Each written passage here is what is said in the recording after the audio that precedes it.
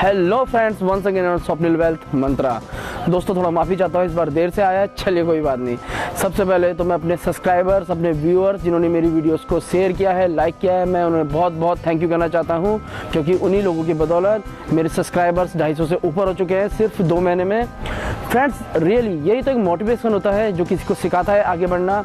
और सही में मैं आगे और बहुत अच्छी वीडियोस लाने वाला हूं, जिसके ज़रिए आप सीख पाएंगे कि YouTube से ऑनलाइन कैसे अर्निंग की जाती है, कैसे YouTube का चैनल बनाया जाता है, वीडियोस कैसे अपलोड की जाती है। ऐसे ही मैं बहुत अच्छी वीडियोस डालने वाला हूं, जिसके ज़रिए आप YouTube से बहुत अच्छा पैसा कमा सकेंगे। मैंने पिछली वीडियो में बताया था कि सब्सक्राइब करना बिल्कुल फ्री होता है, इसलिए आप बेझिझक मुझे सब्सक्राइब कीजिए। मेरी वीडियो के नीचे एक सब्सक्राइब का बटन होगा रेड कलर का, आप उसे क्लिक कीजिए और आप सब्सक्राइब हो जाएंगे। जब भी मैं कोई नई वीडियो डालूंगा वो सीधे आपके पास पहुँच जाएगी, आप उसे देख सकते हैं। चलिए आगे बढ़ते हैं। मैंने अपनी पिछली वीडियो में बताया था कि शेयर मार्केट को समझने के लिए मैं कंटिन्यूस 3 वीडियो डालूंगा, ताकि आप समझ पाएँ कि शेयर मार्केट में कैसे पैसा लगाना है, कैसे निवेश करना है, जिसकी पहली वीडियो मैंने ऑलरेडी डाल दी है। जिन लोगों ने भी वो वीडियो नहीं देखी है वो मेरे डिस्क्रिप्शन में जा सकते हैं, उसमें मैंने लिंक दी है उस वीडियो की, आप उसमें देख सकते हैं। आज मैं आपको बताने वाला हूं कि फंडामेंटल्स को जान के आप किसी स्टॉक का कैसे चुनाव करेंगे।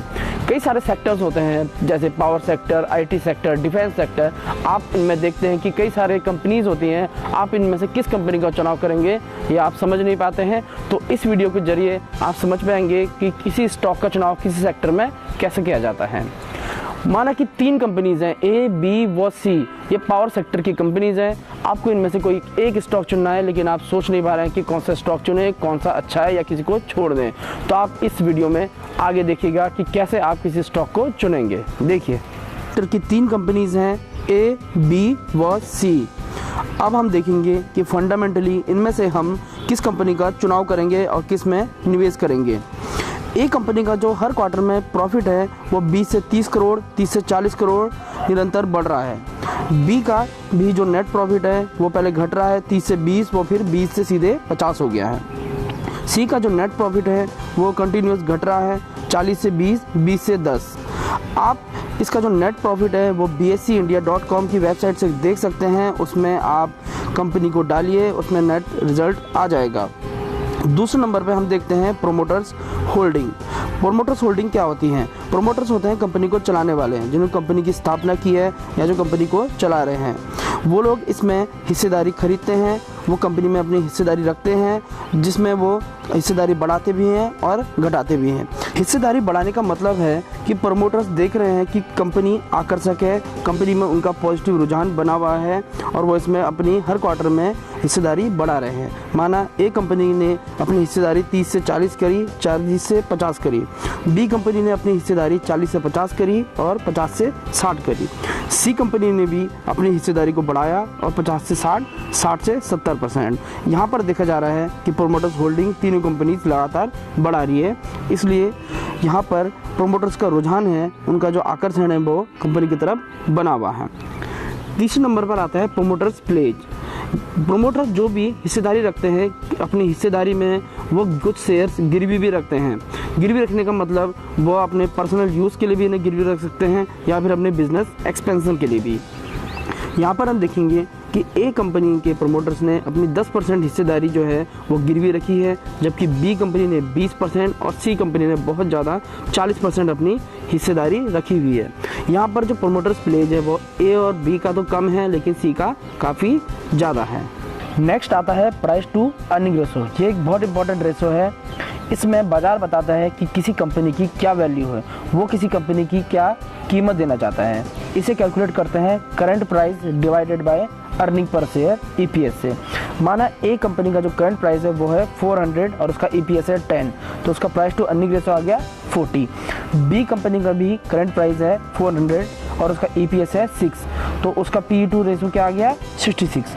सी कंपनी का भी जो करंट प्राइस है वो है 400 और उसका EPS आ गया 5, तो उसका प्राइस टू अर्निंग रेशो आ गया 80। यहाँ पर देखा जा रहा है कि ए कंपनी का प्राइस टू अर्निंग रेशो 40 है, बी का 66 और सी का 80 है।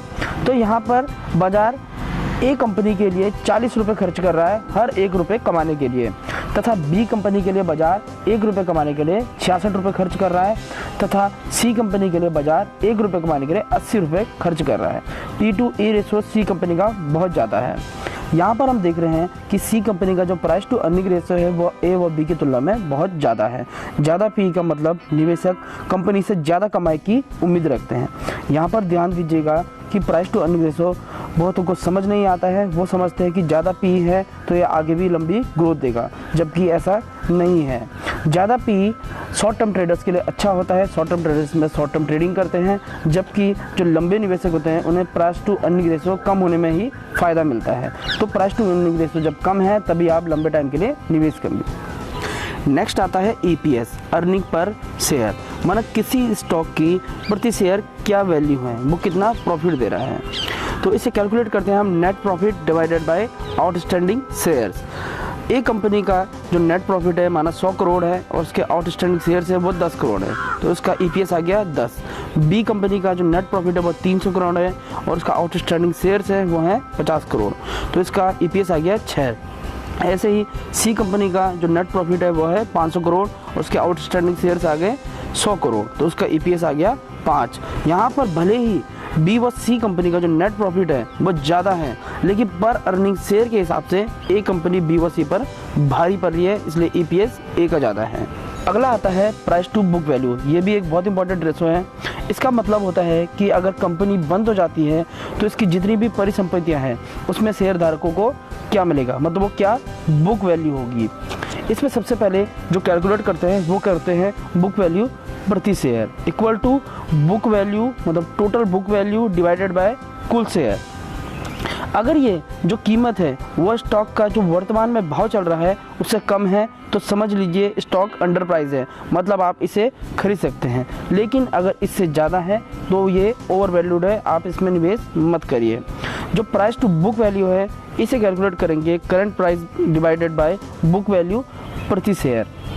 ये जो अनुपात है अगर 1 से कम होता है तो निवेश बेहतर माना जाएगा, मतलब इसमें हम स्टॉक में कितना डिस्काउंट मिल रहा है ये बता पाएंगे। बुक वैल्यू प्रति शेयर स्टॉक का डिस्काउंट बताता है, मतलब कोई स्टॉक हमें कितने अच्छे भाव पर मार्केट में मिल रहा है। एक बात आपको बता दूं कि प्राइस टू बुक वैल्यू विशेषकर बैंकिंग शेयरों में खरीदने के लिए देखा जाता है। यहाँ पर हम देखेंगे कि ए कंपनी की जो कुल बुक वैल्यू है वो 20,000 करोड़ व कुल शेयर है 50 करोड़ और इसका करंट प्राइस है 400 और बुक वैल्यू प्रति शेयर है 400, तो इसकी जो प्राइस टू बुक वैल्यू आ गई 1।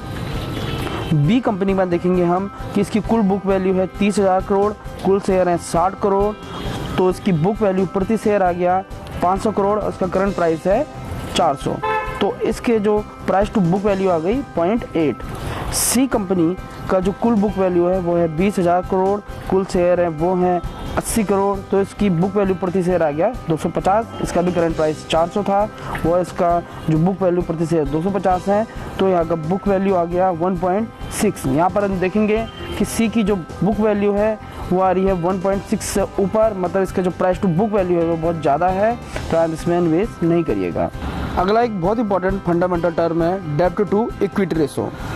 इसका मतलब कर्ज लेना कोई बुरी चीज़ नहीं होती। आप और हम भी कोई दुकान चलाते हैं या घर चलाते हैं, घर खरीदते हैं तो उसके लिए कर्ज लेते हैं। वैसे ही कंपनियां भी अपना बिजनेस चलाने के लिए कर्ज लेती हैं, वो अपना बिजनेस बढ़ाती हैं।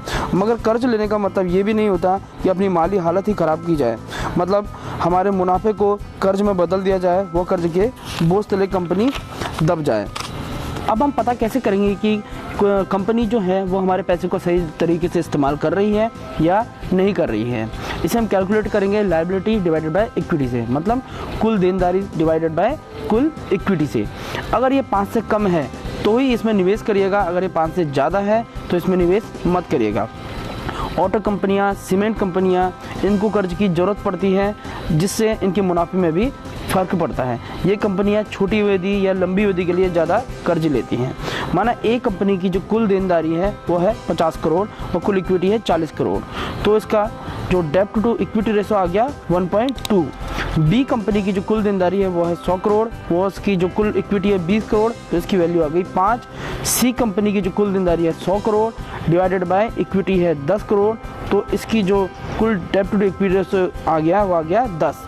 यहाँ पर हम देखेंगे जो सी कंपनी है इसका डेब्ट टू इक्विटी रेशो बहुत ज़्यादा है, बी का भी लगभग ज़्यादा है, जबकि ए का बहुत कम है। आखिर में एक बहुत इंपॉर्टेंट फंडामेंटल टूल है जिसका नाम है ROE। ROE मतलब रिटर्न ऑन इक्विटी। ये बताती है कि कंपनी कैसे मुनाफा कमा रही है, हमारे पैसे से किस तरीके से मुनाफा कमा रही है, हमारे पैसे को कहाँ पे लगा रही है। इसे कैलकुलेट करते हैं net profit divided by share holders equity into 100। जिस स्टॉक को हम खरीद रहे हैं अगर उसका आरओई 20% से ज़्यादा है तो बहुत ही अच्छा है। आरओई जितना ज़्यादा होगा उतना ही फ़ायदेमंद होगा। यहाँ पर हम देखेंगे कैलकुलेशन करके कि ए की जो आरओई वो 50% है, बी की 37% है, व सी की 33% है। तो ए कंपनी बी व सी की तुलना में ज़्यादा अच्छी लग रही है।